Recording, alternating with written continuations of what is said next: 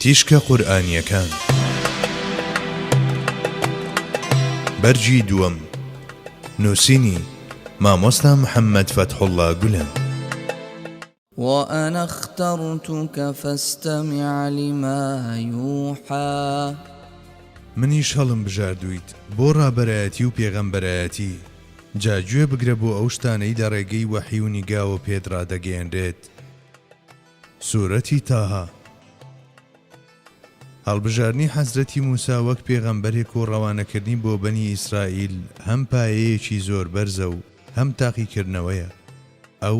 ئەم پەیامە مەزنەی وەکو کرێ و پاداشتێکی لە پێشینەی ئەو عەزم و خۆڕاگریە وەرگرتووە کە لە داهاتوودا نواندی، بە شعوری لێپرسراویەتی و عەزمی پێغەمبەرانە و خۆ بەکەمزانی و سادەیی و حەقپەرستیش سیفەتی هەتاهەتایی بەم سەرمایە ئاخیرەتیە بەخشیوە.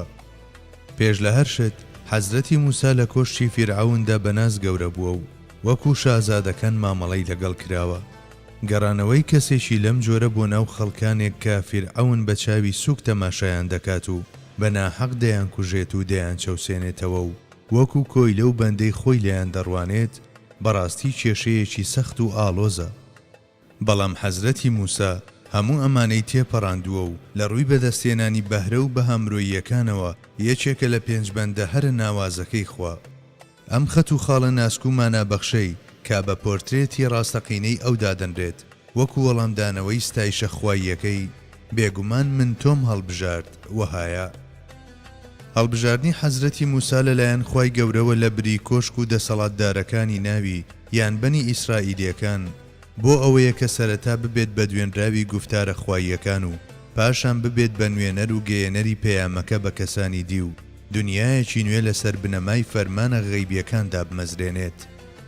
هەر لەبەر ئەمەیە کە خوای گەورە پێی دەفەرموێت من تۆم هەڵبژارد، هەنووکە تۆش باش گوێ لەوە بگرە کە وەکو وەحی بۆت دێت. بەمەش لە بری ستایشکردنی کەسی حەزرەتی موسا ئاسۆی هیممەت بەرزیەکەی وەها پیشان دەدات کە خۆی بەتەنها لە تاکێکەوە ببێت بە میلەتێکی مەزن.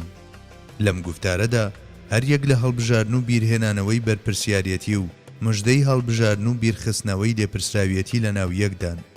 ئەگەر گوفتاری حەزرەتی کەلام و دوێنراویش حەزرەتی کەلیم بێت، شتێکی ئاساییە گوفتار بەم جوانیە ناسچێ بگات. اذهبا إلى فرعون إنه طغى فقولا له قولا لينا لعله يتذكر أو يخشى. هەردووکتان بچم بۆ لای فیرعەون، چونکە بەڕاستی ئەو لە سنوور دەرچووە و لە مەرزی بەندایەتی ترازاوە. هەردووکتان بە نەرمی و جوانی گفتوگۆی لەگەڵدا بکەن بۆ ئەوەی یادەوەری وەربگرێت یان ترسی سزای ئێمە لە دەرونیدا جێگیر بێت. لێرەدا شێوازێکی پێغەمبەرانە بۆ ئەم دوو پێغەمبەرە بەڕێزە باز دەکرێت.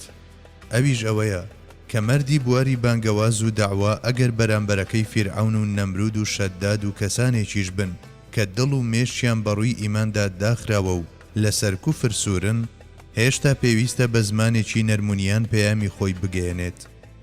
جگە لەمە لایەنێکی گرنگی دیکەش لەمەدا هەیە. ئەگەر گوفتاری نەرمونیان بووبێت بە تایبەتمەندیەکی سەرەکی مرشید و ڕێنمونیکار، ئەوە لەبەر ئەوەی ئاوێتەی بیر و هەستی بووە گفتار و کردارەکانیشی کاریگەر دەبن، بە پێچەوانەوە چەندین شکستی حتمی ڕوودەدەن. واتە ئەگەر گفتاری نەرمونیان لەگەڵ سروشتی ڕێنمونیکاردا ئاوێتە نەبوو بێت و لە ناخەوە تێکەڵی نەبوو بێت، درەنگیان زوو هەر کاتێک زۆری بۆ هێنرا ناسنامەی ڕاستەقینەی دەردەکەوێت و بنیادنان دەگۆڕێت بە کاولکاری.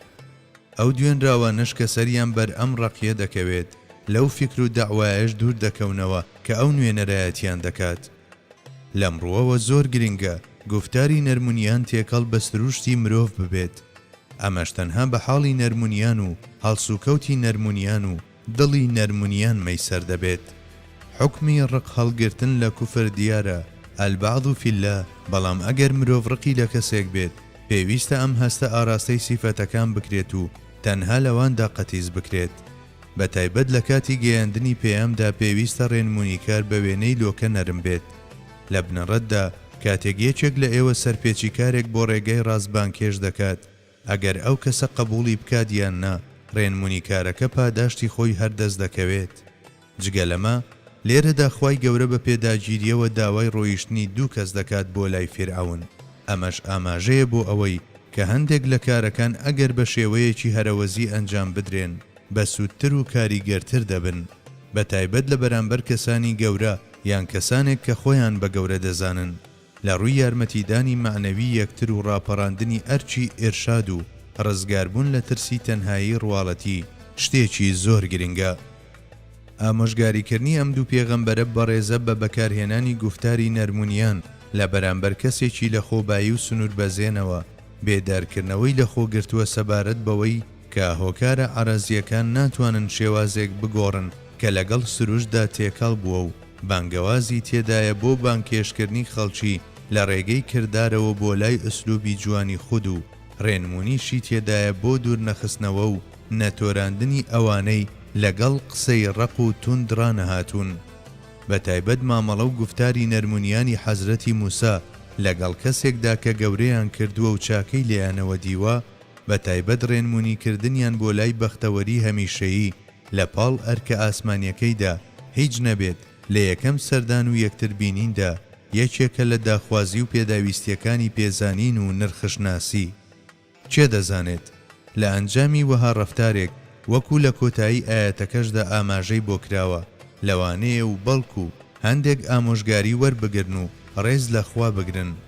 ئەگەر هەندێک لەسەر ئاستی تاک نەبیستن، خۆ لەسەر ئاستی کۆمەڵ و جۆر گوێبیستی حەق دەبن. فلنأتينك بسحر مثله فاجعل بيننا وبينك موعدا لا نخلفه نحن ولا أنت مكانا سوى قال موعدكم يوم الزينة وأن يحشر الناس ضحى. كواتا سوين بيد إيمش جادويكت بو دهينين وق أوي خود جا شوێن و کاتێک بۆ ئێمە و بۆ خۆت دابنێ، نە ئێمە سەرپێچی لێ بکەین نە تۆش، تا لە یەک شوێن و کاتدا دەست بەکار بین لە شوێنێکی ڕێک و پێکدا. موسا وتی کاتی دیاریکراومان ڕۆژی ڕازاندنەوە بێت لە کاتی چێشتەنگاودا خەڵکی کۆ بکرێتەوە. ئەم ئاەتەی کە یەکەمین دوێنراوی حەزرەتی کەلیمە ئای چ نور و نهێنیەک بەسەر ڕۆحماندا دەپڕژێنێت. بەڵێ سەرەتا لە شێوی تۆ ڕووداوێکی ڕاز ئامێز ڕوویدا، واتە عەسا بوو بەمار و دەست گۆڕا بە دەستێکی پرشنگدار و هەر یەک لە ئاسۆی یەقینی کردداری و ئاسۆی یەقینی فکری لە خاڵێکدا یەکیان گرت و دڵنیایی و باوەڕی ئەم پێغەمبەرە بەرامبەر بە پەروەردگاری خۆی گەیشتووە بەلووتکە. ئیدی بێگومانە لەوەی سیحربازەکانی فیرعەون هەرچێک بکەن ناتوانن بەسەریدا سەر بکەون، لەبەر ئەوە بە فەتانەتی پێغەمبەرانەی خۆی ئەم ڕێگا چارەیەدا دەنێت. یەک، ئەم زۆرانبازی و یەکلاکردنەوەی حوجەتە نابێت لە پشتی دەرگا داخراوەکانەوە ئەنجام بدرێت، بەڵکو پێویستە لە جێیەکی ئاشکرا و کراوەی وەهادا ئەنجام بدرێت کە هەموو کەسێک بە ئاسانی و سەربەستی بگەێنێ و هەموو خەڵکی میسر بیبینن. دوو، پێویستە ڕۆژی جەژن بۆ ئەم کارە هەڵبژێردرێت، بەم جۆرە کەس لەو ڕۆژەدا کاروباری دیکەی نابێت، هەمووان کۆ دەبنەوە. سێ، سەبارەت بە ڕوبەڕووبوونەوەیەکی لەم جۆرە باشترین کات چێشتەنگاوە، چونکە خەڵکی لەم کاتەدا ماندوویی دوێنێ و خەواڵویی شەویان تێپەڕاندووە و چالاک و بەگوڕن و باشترین کاتە بۆ داوەری ژیری، کەواتە لە بەیانی ڕۆژێکی جەژندا هەموو خەڵکی میسر بە لێشاو خۆیان بەرەو ئەو جێگا دیاریکراوە دەچێشن کە ململانەی نێوان حەزرەتی موسا و سیحربازەکانی فیرعەونی تێدا بەرقەرار دەبێت. ئەو کات سیحربازی وەکو پیشەیەک لە لووتکەی خۆیدا بوو، هەروەها پیشەیەکی بەناوبانگ و ڕێزلێگیراو بوو.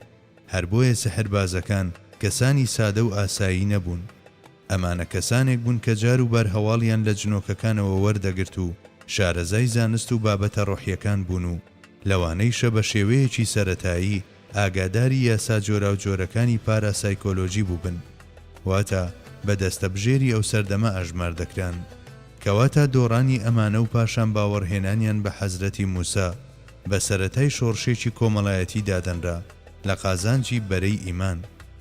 ئەنجامەکەیشی هەروە دەرچوو، ئەو سیحربازانەی تێگەیشتن ئەو شتە دەراسایانەی کە لە سەردەستی حەزرەتی موسا دەرکەوتن سحر نین. لە بەرچاوی هەموواندا و سەرەڕای هەڕەشە و گوڕەشەکانی فیرعەون ئیمانیان هێنا. خەڵکی عەوامیش کاتێک ئیمانی ئەم کۆمەڵە ڕۆشنبیر و دەستەبژێرەیان بینی، جگە لەوانەی کە پێشینە بڕیاری خۆیان هەبوو کەوتنە گومانەوە. دیارە بەمەش مەبەستەکە هاتووەتە دی. لە دوای ئەم ڕووداوە کوفری ڕەهاش شکا. کۆمەڵگاش گەیشت بە ئاستێک کە بتوانێت لە نێوان حەزرەتی موسا و فیرعەوندا هەڵببژێرێت. ئەو شتە سەرەکیەی دەمانەوێت لە تەفسیری ئەم ئاەتەدا لەسەری هەڵوێستە بکەین. هەڵبژاردنی کات و شوێنی ڕوبەڕووبوونەوەیەکی وەها گرینگە لەلایەن حەزرەتی موساوە. لەم ڕووداوەدا چەندین وانە هەن بۆ مسلمانانی ئەمڕۆ. سەرەتا پێویستە ئیماندار هەرگیز بە تەماشاکردنی نالەباری هەلومەرج و کەمی کەرەستەکانی دەستی تووشی نائومێدی نەبێت. پێویستە زۆر بەباشی ئەو کارتە بەکاربهێنێ کە خوا پێی بەخشیوە و هەڵە خەرجی تێدا نەکات. لە ناو خەڵکیدا دەڵێن بە بەردێک دوو چۆلەکە. بەڵێ، مسلمان پێویستە هەمیشە پلان و نەخشەی کوشتنی هەزاران چۆلەکە بە بەردێک ئەنجام بدات و لە ڕێگاکانی جێبەجێکردنی بکۆڵێتەوە. لە کاروبارەکانی خوای گەورەدا ئەمە بە زۆری دەبینین. بەڵێ، وەک چۆن دەنچێک گەنم لە چێڵگەیەکدا دەچێنین و لە بەرامبەریدا 7,700 وەردەگرین، بە هەمان جۆر پێویستە بە هەموو کردار و گفتارەکانمان بە جۆرێک نەخشەڕێژ بکەین کە سەبارەت بە خزمەتی ئیمان و قورئان خێری 7 ئەوەندە و 70 ئەوەندە و 700 ئەوەندە ببەخشن. حەزرەتی موساش هەر ئەمەی کرد. ئەو وەکو داخوازیەکی پشت پێبەستن بەخوای گەورە لەبری ئەوەی پشتی دەرگای داخراوی کۆشکەکان و تەنها فیرعەون و هامان هەڵببژێرێت، کات و شوێنێکی وەها گونجاوی هەڵبژارد کە توانی بەهۆیەوە هەزاران و سەدان هەزار کەس شوێنی خۆی بخات. کاتێک قورئان لە ڕێگەی حەزرەتی موساوە هەموو ئەمانە یاد دەهێنێتەوە، سونەتی پیرۆزیش لە ڕێگەی ڕووداوێکی ترەوە ڕەهەندێکی دیکە بە بابەتەکە دەبەخشێت. لە فەرمودەیەکدا هاتووە لە سەردەمەکانی پێشیندا فەرمانی کوشتن بۆ لاوێک دەردەچێت کە ئامادەنیە بچێتە سەردینی پادشا. لە لووتکەی چیا بەرزەکانەوە فڕێ دەدرێت، بەڵام بەپێی خۆی دێتەوە. فڕێ دەدرێتە ناو شەپۆلە زەبەلاحەکانی دەریاوە و لێ ڕزگاری دەبێت و دەگەڕێتەوە. هەرچیەک دەکەن بۆ کوشتنی هیچ سوودێکی نییە. لە کۆتاییدا گەنجەکە دەڵێت ئەگەر هەموو خەڵکی کۆبکەنەوە و تیرێک بهاوێژن و بڵێن بە ناوی خۆی منداڵەکە، ئەو کات دەتوانن بمکوژن. لۆجیکی ئەم ئیماندارە بەخۆی دەڵێت خۆتۆ هەرچۆنێک بیت دەبێت بمریت. پاشان ئەم ستەمکار و خوێن ڕێژانەش هەموو شتێک تاقی دەکەنەوە بۆ کوشتنت.